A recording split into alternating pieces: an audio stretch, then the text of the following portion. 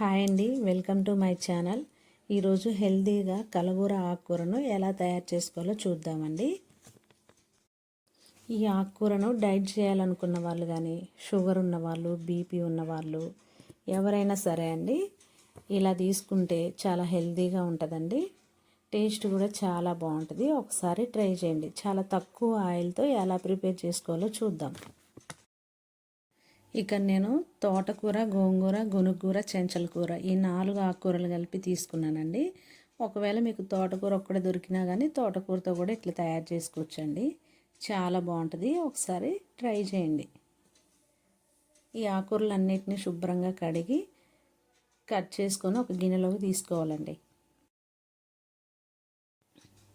దానిలోకి 5-6 పచ్చిమిర్చి, పెద్ద సైజు ఆనియను, ఒక 4-5 టమాటాలు కట్ చేసుకొని ఒక గ్లాసుడు వాటర్ పోసి మూత పెట్టి సిమ్లో పెట్టి ఉడికించుకోవాలండి. ఈ టమాటాల ప్లేస్లో మనం చింత చిగురు కూడా వేసుకోవచ్చు.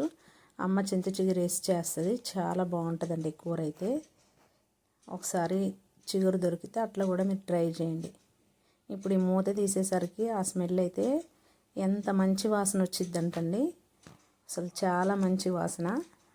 ఆ ఫ్లేవర్స్ అన్నీ పట్టేసి ఇప్పుడు మనం ఒక 2 నిమిషాలు కలిపేసి మూత పెట్టి ఆ నీళ్ళు ఇంకిపోయేంత వరకు ఉడికించుకోవాలండి. మూత తీసి చూసుకుందామండి. ఇప్పుడు మనకి ఉడుకుతుంది.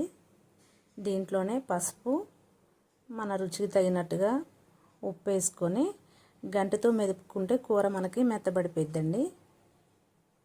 ఆ కాడలు అవన్నీ ఉన్నాయి కదా, కొంచెం గంటతో అట్లా మెదుపుకుంటే మనకి దగ్గరికి అయింది కర్రీ. కొంచెం సేపు అట్లా తిప్పుకొని మళ్ళీ ఒక 2 నిమిషాలు ఆ వాటర్ కూడా కొంచెం ఇనికిపోయేంత వరకు మూత పెట్టి ఉడికించుకుందాం. ఇప్పుడు మూత తీసి చూసుకుంటే ఆ వాటర్ లైట్గా ఉన్నాయండి. ఇప్పుడే మనం కారం యాడ్ చేసుకోవాలి.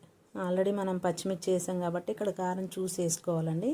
నేనైతే 2 స్పూన్లు వేసుకున్నా. మనకి గోంగూర ఉంది కాబట్టి కొంచెం పుల్లగా ఉంటుంది. కారం వేసేసుకొని జీలకర్ర, మెంతుల పొడి వేసుకోవాలండి.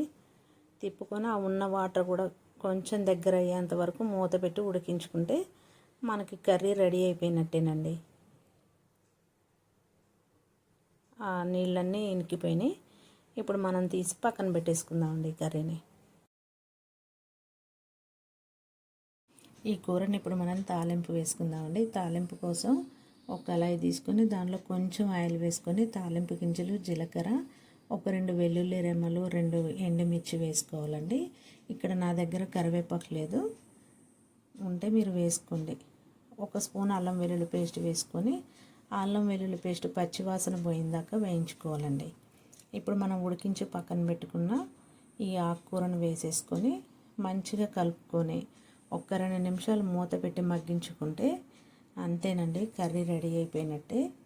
మీరు కూడా ఒకసారి ఈ కర్రీని ట్రై చేయండి. టేస్ట్ అయితే చాలా బాగుంటుందండి. మంచిగా కలుపుకోవాలి. తాలింపు కూరకు పట్టిందాక కలిపేసుకొని ఒక 2 నిమిషాలు మూత పెట్టి మగ్గించుకుంటే ఎంతో రుచికరమైన ఆకుకూర రెడీ అయిద్దండి. చూసారా ఎంత బాగుందో ఆకుకూర. చూడడానికి చాలా బాగుంది, టేస్ట్ కూడా అంతే ఉంటుందండి. తప్పకుండా మీరు ట్రై చేయండి. ఇక్కడ వేడివేడి అన్నంలో వేసుకొని కలుపుకొని తింటే చాలా బాగుందండి. నచ్చితే లైక్ చేయండి, షేర్ చేయండి, సబ్స్క్రైబ్ చేయండి.